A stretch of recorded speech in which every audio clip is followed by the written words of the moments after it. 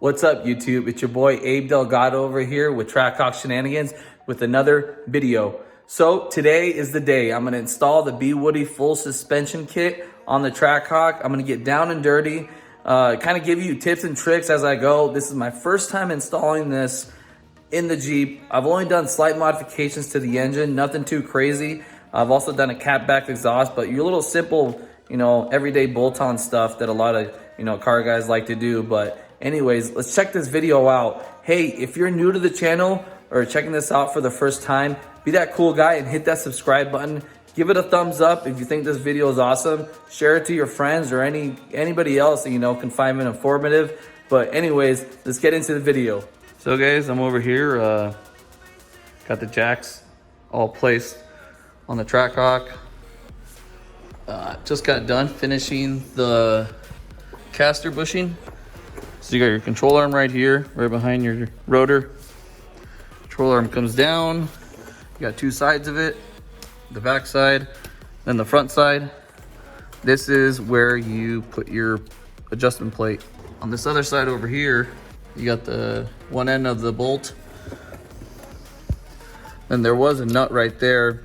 We took it off.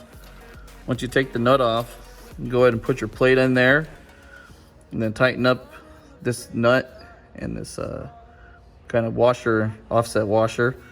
It's all kind of welded on there. Screw that on as much as you can by hand. Once you get it snug, there's another bolt right there. Goes into this back side. Get that snug. Tighten this up too as you go. Tighten it all back up. Then when you take it to the alignment shop, you want to let the guys know this is how they're going to adjust the front end right here. And then you do the same thing to the other side. It's pretty easy. Once you start taking it apart, it makes sense. Just read the instructions. Take this bolt off right there. Goes like this. You use the bolt that they gave you, place it, torque it up. In the instructions, it tells you the torque. And then you're gonna have these holes down in the bottom, right there. There's no bolt holes down there. That's why they give you the drill bit. You're gonna drill through those, just the webbing though. So this little part right there. Once you go through there, you wanna stop. So then you're gonna start going into your actual diff. This right here is just to support. There's no fluid or nothing like that going through. So torque this top piece, hit these up. And then also you want to put your anti-seize that is applied, throw it on these bushings. Okay guys, this is that piece that I was talking about. All right, we just removed the old bolt that was right there where A was. Now we're gonna install this piece. I don't know, it doesn't say anything about anti-seize, but hell with it. We're gonna put it on anyways, since we're rebels over here. Then afterwards, I already got my torque wrench. Torque it up to 85 foot-pounds, just like what the instructions say. Then afterwards, once we tighten that up, then we're gonna take our 2964 drill bit. Actually provided one with us, so we'll get that done right through the webbing, right there where B is at.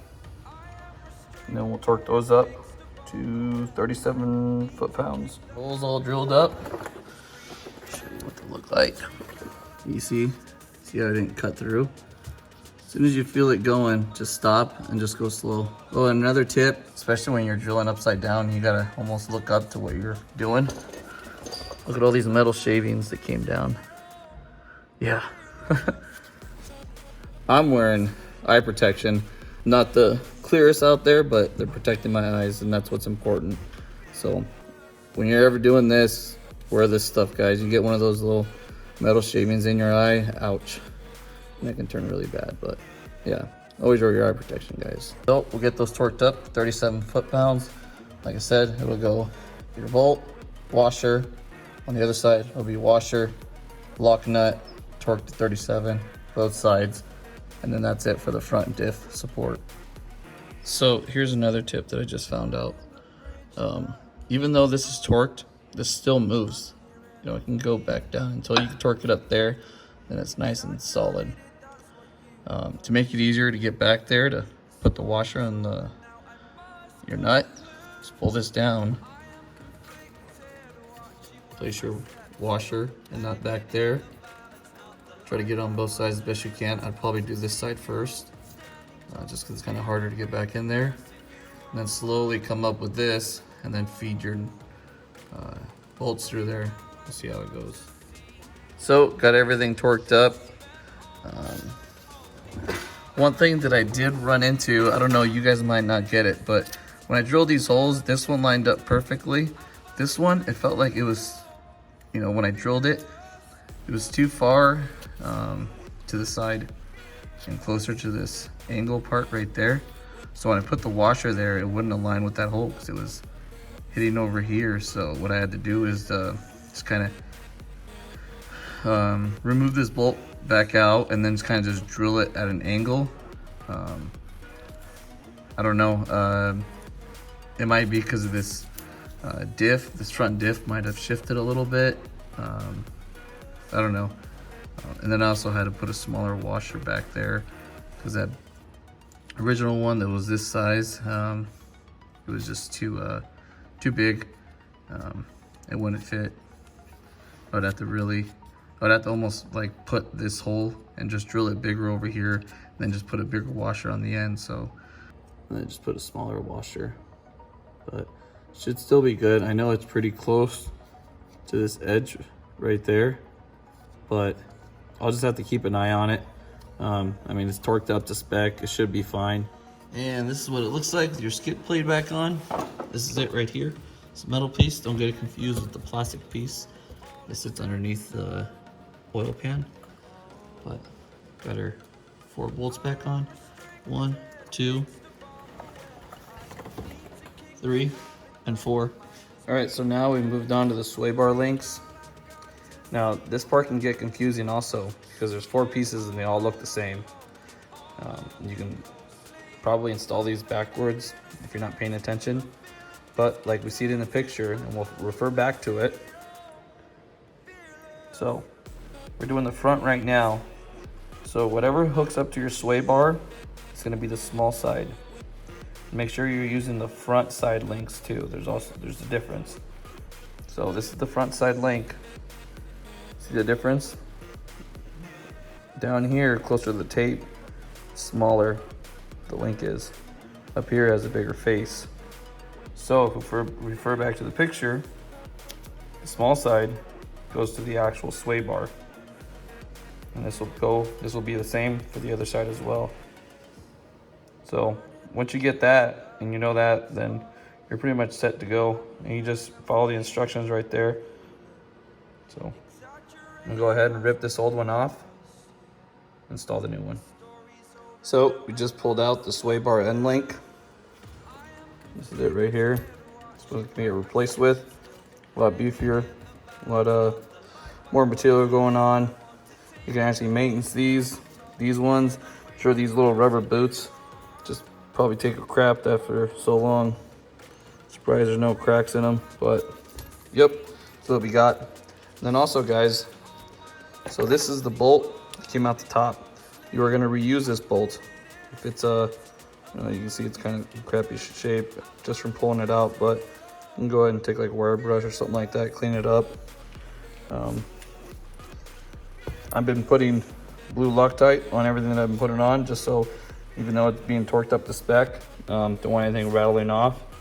But so we'll be reusing this one for the top and then using this for the bottom. All right guys, I just finished wrapping up the front end.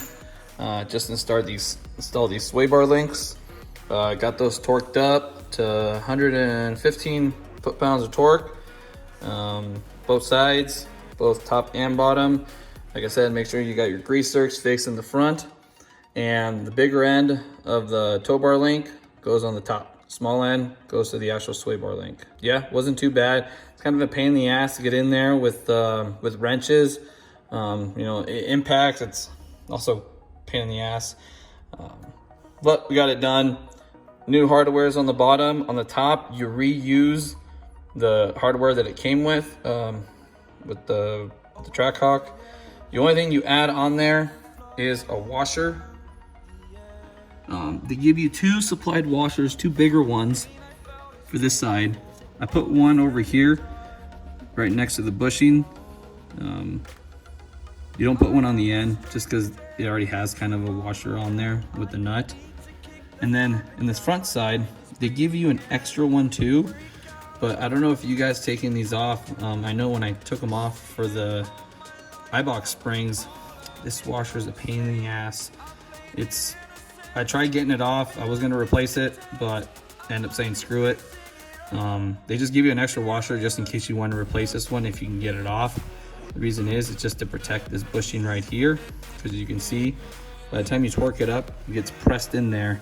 So I mean, eventually I think that's going to wear down. Obviously if you keep up with your maintenance, increase these on the regular, they should be fine. But you definitely have more protection on this side with this bigger washer, covering up more ground on that bushing.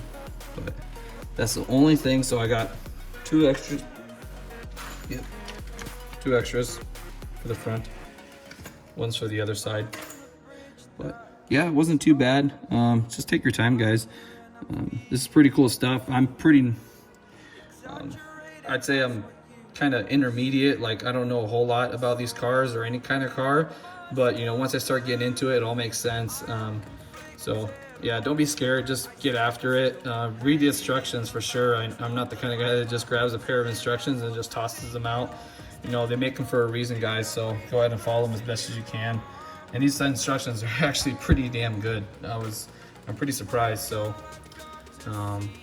yeah, I'm gonna go ahead and put my front tires back and start working on that rear end. And we'll go ahead and torque up these lug nuts. I'll run them in with the impact, then I'll hit them with the torque wrench afterwards at 110.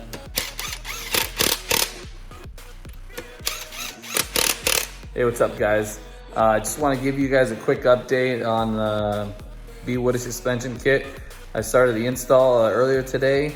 I had to make some trips back to the hardware store because I mean, I didn't have all the right parts and like wrench sizes and stuff like that. I thought maybe I could get in there with an impact gun and take them out, but that wasn't the case. Some of those bolts are hard to get to, so you know, I had to get the right wrenches. So I mean, it was all worth it. Got it done. It actually went pretty well. You know, it's pretty simple as far as the front end goes. I mean, I got a good taste of kind of what I'm putting myself into. So I think the rear end is going to go a lot smoother tomorrow. All right, guys, we're all ready for round two. So now we're at the rear end. I'm actually on the passenger side. Real well. So a few things we're going to swap out. Obviously, I don't know if you guys can notice, but we got this sway bar link right here. You can see the sway bar is back there. So just on the other side, same exact thing. I'm gonna swap out that link. Then you got the control arms, the adjustable ones. So this guy right here, this is the old one. We'll have to disconnect our sensors, wires going through there. So yep, we'll take this off. Toe arms, these guys right here, there's two of them. Goes from this bolt right over here. So go ahead and remove that one too, and then we'll do the same thing on the other side. As you can see, these are the iBox springs that I put on there. So as you can see, here's the old sway bar link. Be taken off down here and up there. You won't be reusing any of the hardware because the new ones, these bolts are already kind of mounted on this link anyway, so you couldn't use them if you wanted to. All right, guys, here's the old sway bar link.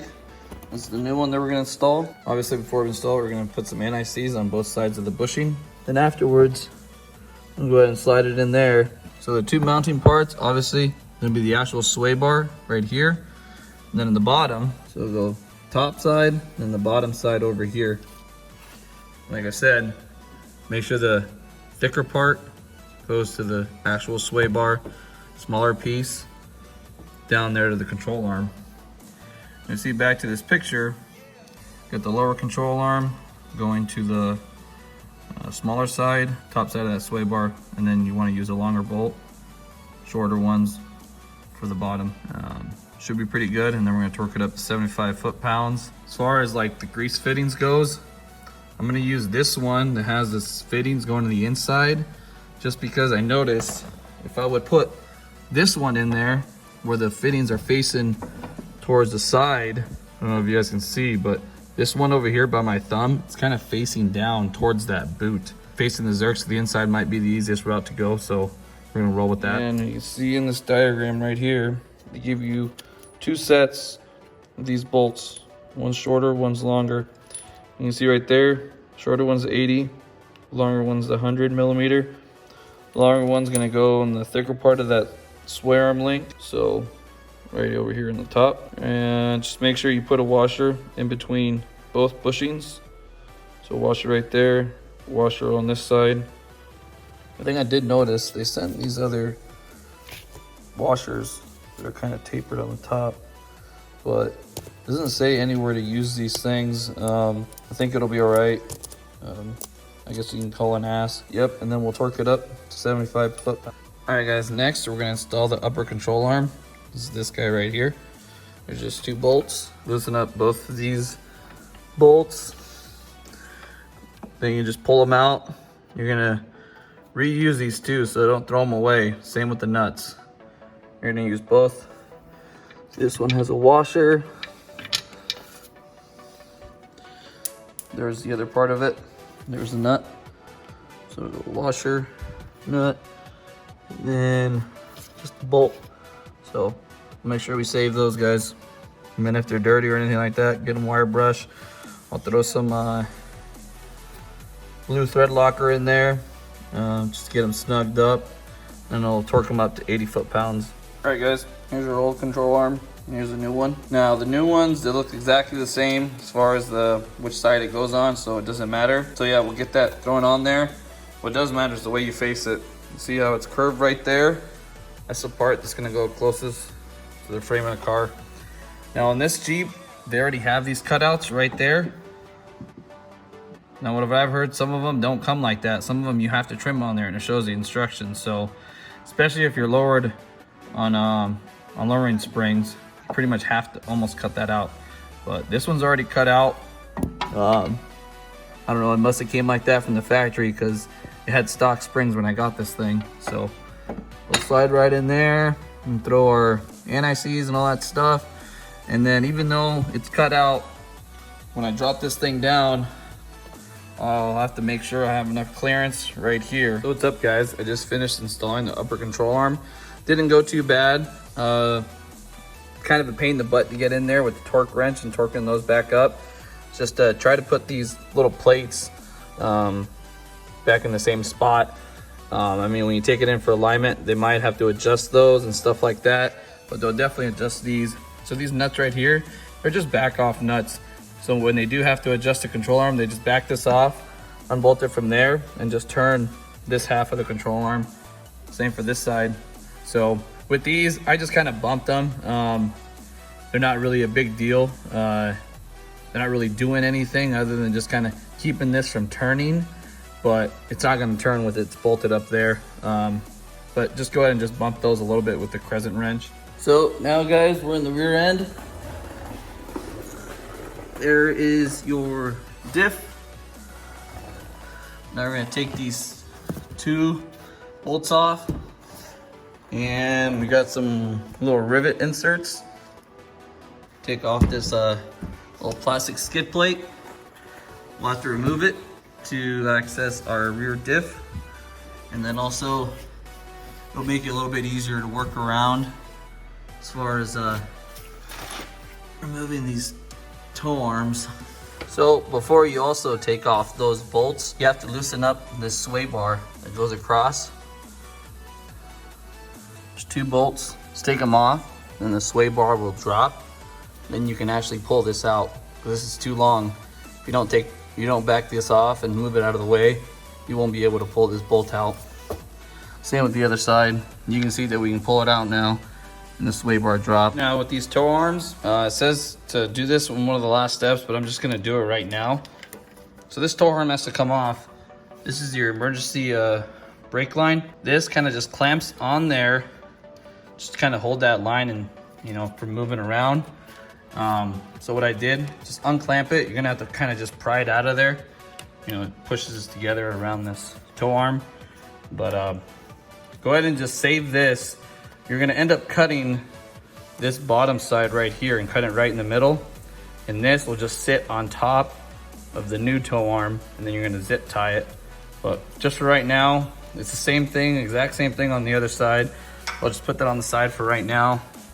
Then we're gonna get in there and unbolt it from over there. Once you get that off, and you take these ones off. Oh, here's the old one.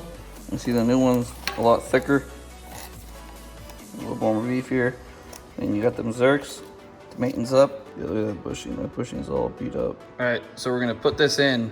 Now, depending on what setup you went with, I went with the hybrid setup, which means one bushing is polyurethane and the other bushing is Sterling bushing. The difference is, or how you can tell the difference, the Durlane side is supposed to be a stiffer ride, so it's a stiffer bushing. It's not enough movement. And I can just tell by looking at it. Like, you see this one has like almost like a sharper edge to it. And look at this other side. It's more rounded off.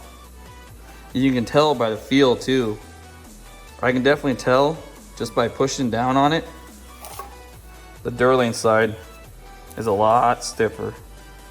So that's the side it's gonna go to the frame. The softer side goes towards your brakes. Okay guys, so I just finished wrapping up this rear end. Got the toe links put back together. Then after that, remember we dropped the sway bar, those 4 bolts. One there, and then same with the other side. We dropped that so we can get to that caster bolt. Once you're all bolted up, just raise it back up. One thing you can do, since it does drop down and it's kind of a pain in the butt to push back up, get a pry bar and then pry against this exhaust. Push up right there on that bracket. The exhaust did fine. It ain't no cheap Flowmaster, it's a Borla, so we're good to go. All right guys, we're getting to the end. I'm at the rear diff brace. Next thing I'm going to do is remove 2 hex bolts. They're in the back. You can just put those away for right now. We're not going to be needing them. It's a T55. Once you pull them out, then you'll want to throw some VRP, these threads, throughout the body, and you put some inside that opening too. What it is just a gasket maker, and just so it seals up and your diff doesn't leak. So once you got that stuff in there, put it in there right away. On these, you don't have to put any lubricant. This is not moving. Well, it shouldn't move. If you want to, you can, but you don't have to. It's not gonna move. It shouldn't move. But yeah, once you go get those in there, get them started. Be careful when you start them too. You don't want to cross thread them, especially going inside your diff. You'll be screwed. Once you get those in there, make sure you torque them up to 130 foot-pounds of torque. Hit them with your torque wrench. You want to make sure that's good, because if not, you're running a possibility of leaking. Once you get these torqued down, you'll get your drill bit at 25/64, and you'll drill from the bottom side of these holes to the cross member right by your sway bar. See over here. So you'll be drilling up to it, and you'll feel it once it goes through. Once you get that done, you do it on both sides, here and here. And then this is already placed kind of how it should be. You go bolt, washer, going through there, put this little plate, looks kind of curved. Set it on there, washer, and then your lock nut. And same with the other side. Once you get those tightened up, should be good to go. So guys, these T55 hex bolts, they're really, really tight. One thing I did notice too, I don't know if you can notice it from the video. Look how that's like right in line with that cross member. Look at this side.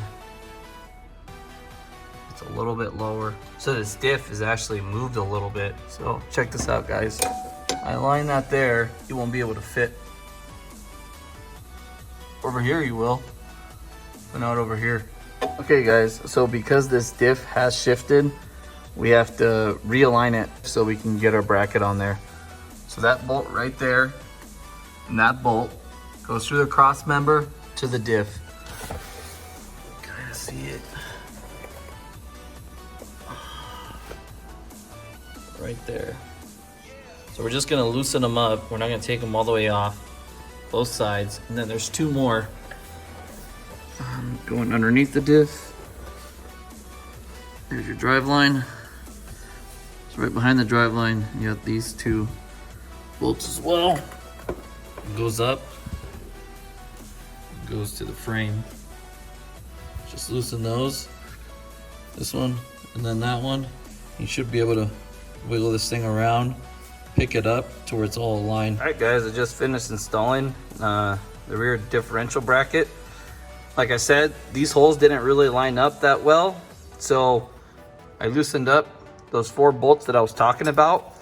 And once I did that, it kind of just dropped on its own. And when I seen that, I knew right away I had to, you know, put this bracket on. So I prepped these studs. The one that I use is like this yellow stuff, so it's a pretty quick drying stuff, and it's really, really strong. It's basically like your red version of Loctite. So like you can see, I have a bunch of that crap on my hand. So it doesn't take long. And so as soon as you thread those on there, you know, and also put some of that sealant inside this rear diff, throw those studs on there, get them handy, and hit them up with your impact gun. Torque those up as soon as you can. Afterwards, I mean, it wasn't completely flat on me, but once I threw these studs on, these bolts, drilled through part of the subframe, drilled through that. This one came out straight, and as you can see, this one didn't come out straight, but it just all depends how this lines up with this back piece. Over here, it lined up perfectly. Over here, you can see where it's straight, it kind of curves over. So I did drill it straight, but in that part where it curves over, in this part where it curves over, right there, it just kind of pushes it back, and it kind of vented the bolt, which is fine. I mean, what I just did, I just started torquing this up until I seen this flat up here. Once I got that flat, I knew that I was good to go. But anyways, guys, this wraps it up. I'm just gonna go ahead and clean up all this mess that I made, and then throw on this rear skid plate, and it should be all done. So this is a skid plate that I gotta install. One other thing I forgot to add, you gotta trim off some of this back piece, because this would run alongside the whole rear diff right there. Well, now that we have that bracket in place, you gotta cut off a little extra. So I think you only should do like 1/2 inch to 3/4 inch past this hole. So maybe about right there. Just go straight across, then come back. It should be good to go. Let's see how she sounds like after surgery.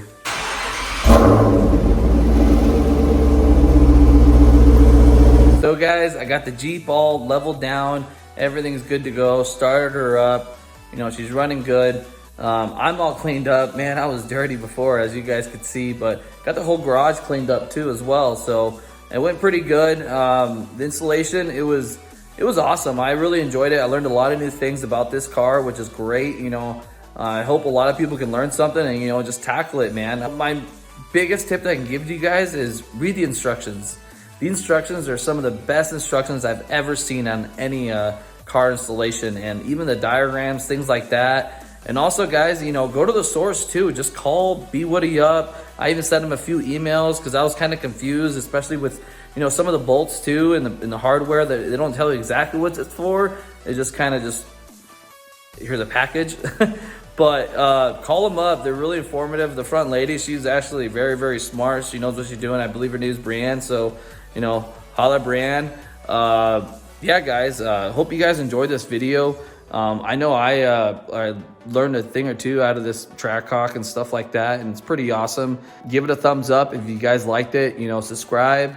If you guys are new to the channel, you know, we're gonna have some more cool installation videos, and I'll definitely give you a, you know, a before and after, or at least an after impression on this whole suspension kit after it comes out of alignment. I can't give you guys my first impression right now because, you know, it's probably gonna ride like crap.